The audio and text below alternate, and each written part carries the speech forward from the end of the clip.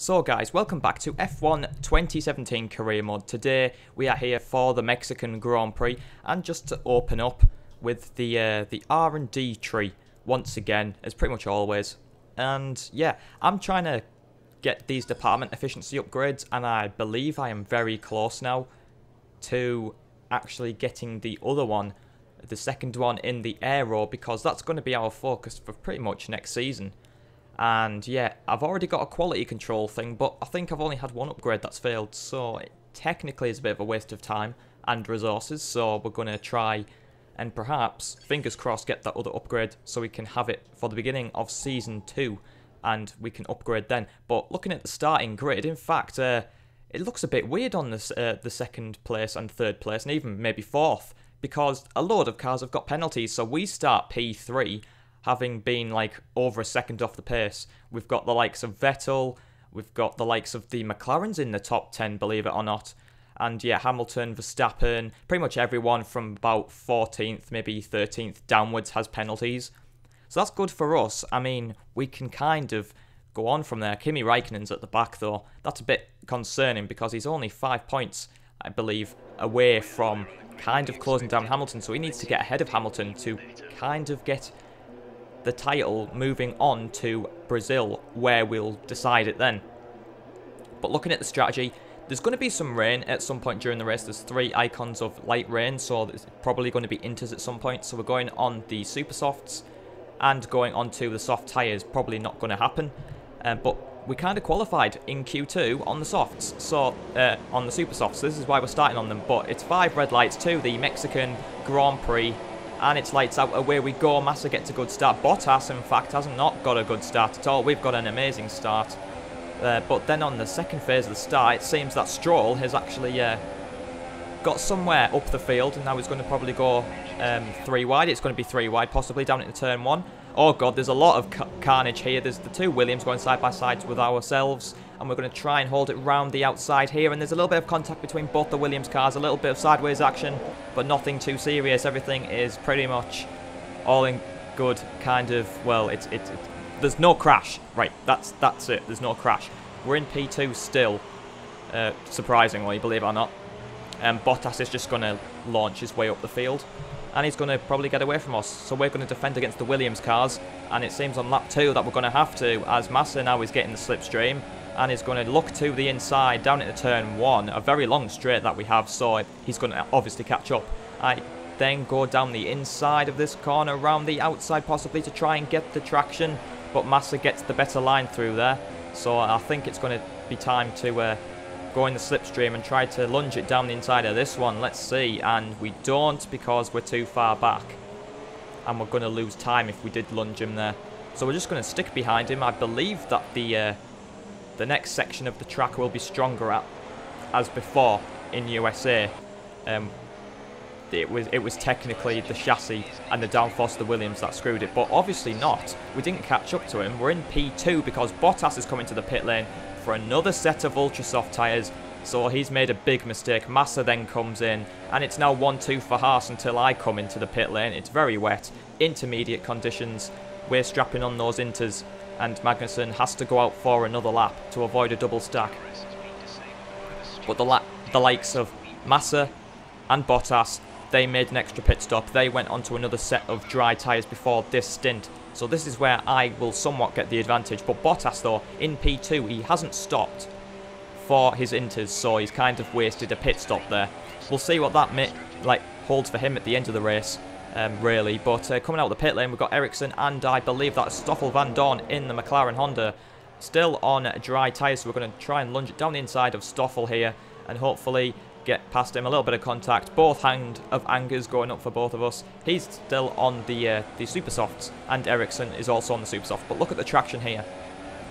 The amount of traction these inters have compared to the super softs, in fact dry tyres, is absolutely outstanding. So it is time for intermediate conditions, and right now we are progressing on to lap 10, where eventually Magnussen comes in.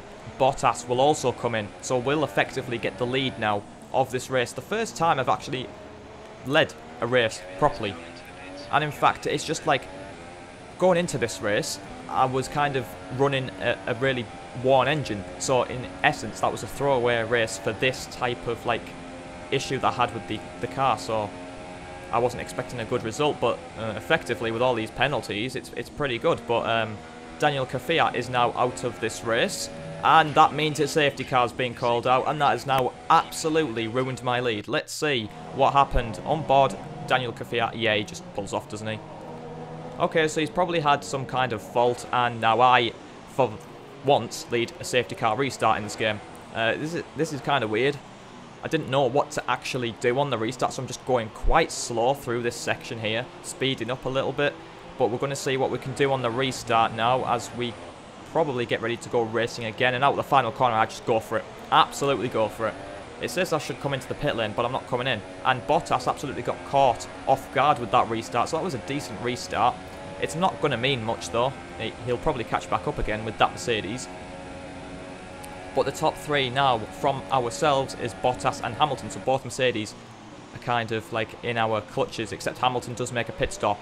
And it's time for dry tyres by the look of it, because Massa's on them. Bottas is still on the intermediates. I've opened up a massive gap.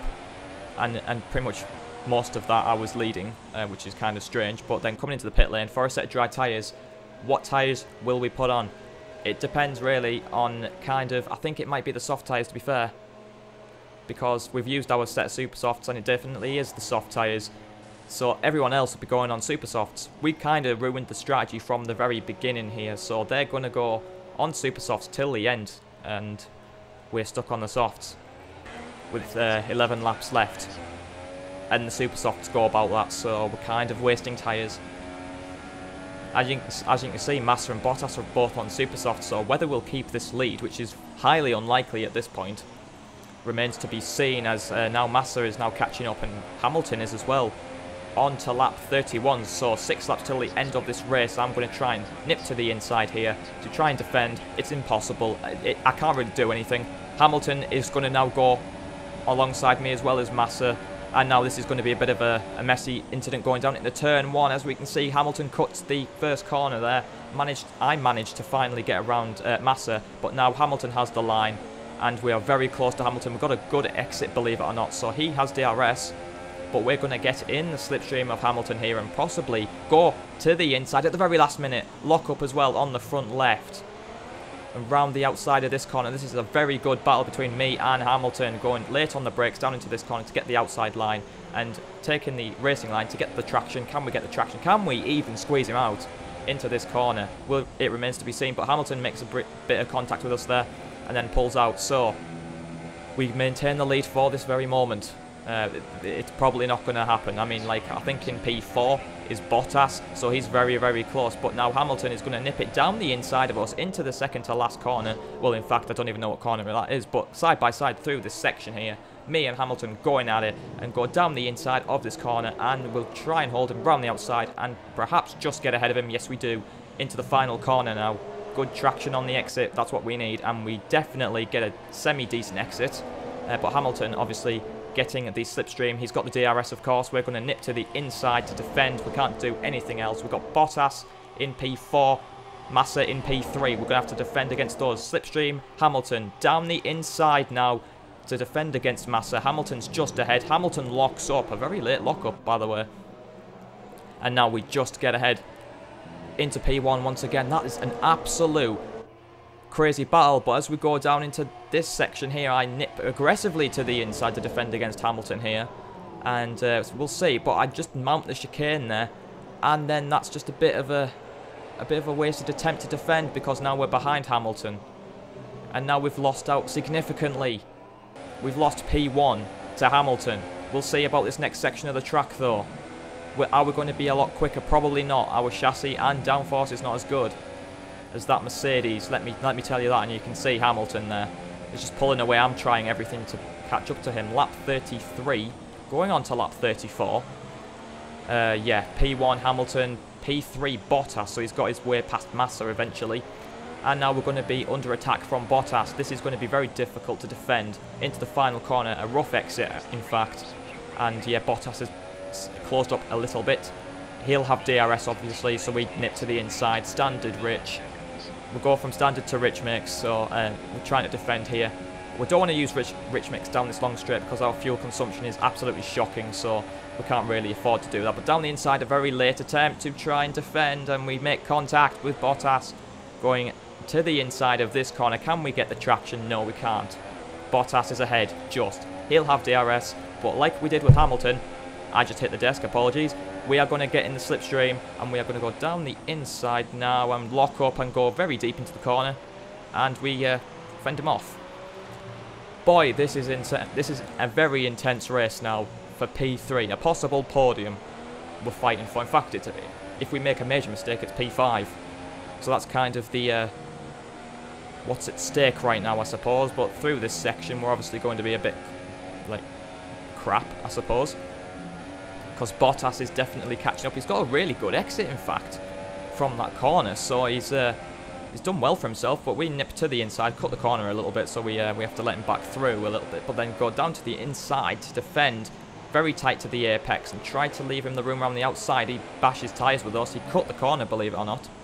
So we go around the outside of the final corner. That's technically the racing line, and then we cut in front of Bottas there, going onto the main straight, obviously putting up into rich mix to defend, but Massa is actually catching up to Bottas, and Perez is going to follow suit as well, but we're going to try and give Massa the slipstream. This is going to be intense going down in turn 1. There's like 4 cars battling for P2.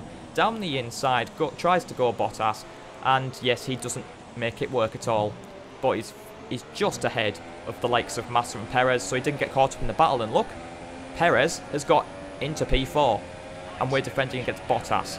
So Hamilton now, at the end of this race, has an issue, as confirmed by Jeff over the radio. But then, apologies for that little blip, that stupid recording annoyance type crap. But Bottas eventually gets round the outside of us, and yeah, he's in P2. Probably not going to see him for the rest of this race. Hamilton has an issue, so that's why I was pushing more so than ever, and I've tried to push through that section. It was impossible to try and keep up to the likes of Bottas. My tyres are going off also, and that has cost me pretty much a position effectively, because Perez is now going side by side with us down the inside of this corner. As always, I'll take the inside, and then we've just managed to squeeze Perez out for P3. We've been demoted to P3. So whether Bottas will be able to catch up to Hamilton is another thing, because Hamilton does have an issue. If Bottas gets ahead of Hamilton and Raikkonen still gets a good result, then he could be narrowing down the actual Drivers' Championship. But going down in turn 1, Perez gets past us very briefly, go down the inside, and then we leave room for him on the inside, round the outside, and then turns to the inside for this one. And we just about squeeze him out, and he's just sticking with us, believe it or not. So we nip to the inside to defend. We're going to give him the racing line, believe it or not. And then we're going to go down into this corner to try and defend, lock up there. And then we're just going to try and go around the outside where the racing line is. Perez mounts the curb, puts me off slightly, but late under the brakes. And then we cut back in. Perez also again goes very close to cutting the corner. But now into this section, we'll see what the Haas has on the Force India, and it turns out we just managed to squeeze him out. I did lift off slightly to give him room, so I didn't exactly crash or force him out really, but this is the final lap. Hamilton's just up the road, as you can see. He's just crossing the DRS detection point, so I think by the skin of his teeth, Hamilton's just going to win this, and then Bottas will be finishing in P2. P3 will probably go to me, and P4 to Perez, and then I think that's P5, Kevin Magnussen. So what a race this has been, a throwaway race technically, but we finished in a podium position. It's P3. Wow. Wow, what a race. Starting in P3, finishing in P3, a podium at a throwaway race. Wow. Insane. I can tell you that. I don't know what this does for the championship. Hamilton obviously was well, I think he was only 5 points ahead of Raikkonen. So technically, he will be now 30 points ahead. So technically, it depends where Raikkonen finished. If he finishes outside the points, it won't really make a difference. But yeah, we're on the podium again. This is insane. 2 Brits on the podium, Hamilton and ourselves, and then Bottas in P2. So Mercedes have probably clinched this Constructors, to be quite fair, if they continue these results by the end of the season. But yeah, first podium in a long time. Can't believe that. Absolutely, I can't believe we're on the podium after a stupid race. I don't know why the penalties just racked up like that. Insane. But Magnussen is actually in P6. It wasn't Massa. It was Massa in P5. So Magnussen gets a good chunk of points. And I don't see Raikkonen in the points at all. So that means 30 points separate Hamilton and Raikkonen. So Raikkonen needs to kind of up his game in the next race at the Brazilian Grand Prix to try and close down that gap. We're 7th still, 3 points behind Verstappen. And then Magnussen's moved up to 12th with 33 points, just ahead of Hülkenberg. So more points for Haas. Very good points finish from myself, and a good points in position for Kevin Magnussen. And we'll actually see now where that puts us in the Constructors, because I don't think that'll actually put us up anymore. I mean, the likes of Red Bull, they won't be able to challenge, really. We can't challenge them as well, so it's a bit annoying that we can't really get one place higher in the Constructors. But at the end of this one, though, it's just like ridiculous the amount of points that separate Vettel and Hamilton. It's 70 points, so it's a two-way battle. It's a two-way battle between Hamilton and Raikkonen. Then, as we go to the Constructors, we're 4th. No chance we can catch Red Bull. Impossible. Just impossible. So that means at the end of that session, we gain a good chunk of resource points along with our first driver bonus. Let's see how many we'll get. We'll just get short. Well, I say short of 500, but you know, it's 420 something, 6 I think it is. We nearly won the rivalry against Kvyat, and we get a bunch of rep from Williams, Red Bull and Ferrari, as well as the lower teams, which we don't give a damn about at all. And yeah, that was a very, very good race. I'm surprised. If you can't tell, man, that was insane. But engine components, though, we're on our 5th component for most things. I think we're okay to switch over to the 5th component now, because we've only got the Brazilian Grand Prix and we have the Abu Dhabi Grand Prix as well. But as we look onto our rep level, Toro Rosso have got ahead of Renault again in the most interested teams. So yeah, we'll see where that stands at the end of the season, and really kind of whether or not I'll be staying with Haas. But there you go, there's our season so far. And in fact, I say a long time getting a podium. We got a podium at Japan, so it's not that long ago. It's only 2 races ago, but then I didn't expect to get a podium here. So that's kind of helped us a little bit. Brazil is up next, and Abu Dhabi will mark the finale of Season 1. Our season's been pretty consistent, to be fair. We've only finished outside the points on actually 2 occasions, where we DNF'd at Monaco, and then obviously the Russian Grand Prix. But stressing that 30 points separates Raikkonen and Hamilton, it's going to be a good race next time out, because if Hamilton actually gets... In fact, if Hamilton retires and Raikkonen wins, it's 5 points again. But if both retire, then it's Hamilton that gets the championship. But yeah, that's going to be a very exciting race next time out with the Brazilian Grand Prix. But that's going to be the end of this one. A very good race from us. If you have enjoyed the video, be sure to leave a like and subscribe for more F1 2017 career mode. I will hopefully have the rest of Season 1 finished by the end of this week by the time this goes out. So hopefully, fingers crossed, we'll get it wrapped up within the next week. But that's going to be it from me. And I shall see you all for the Brazilian Grand Prix.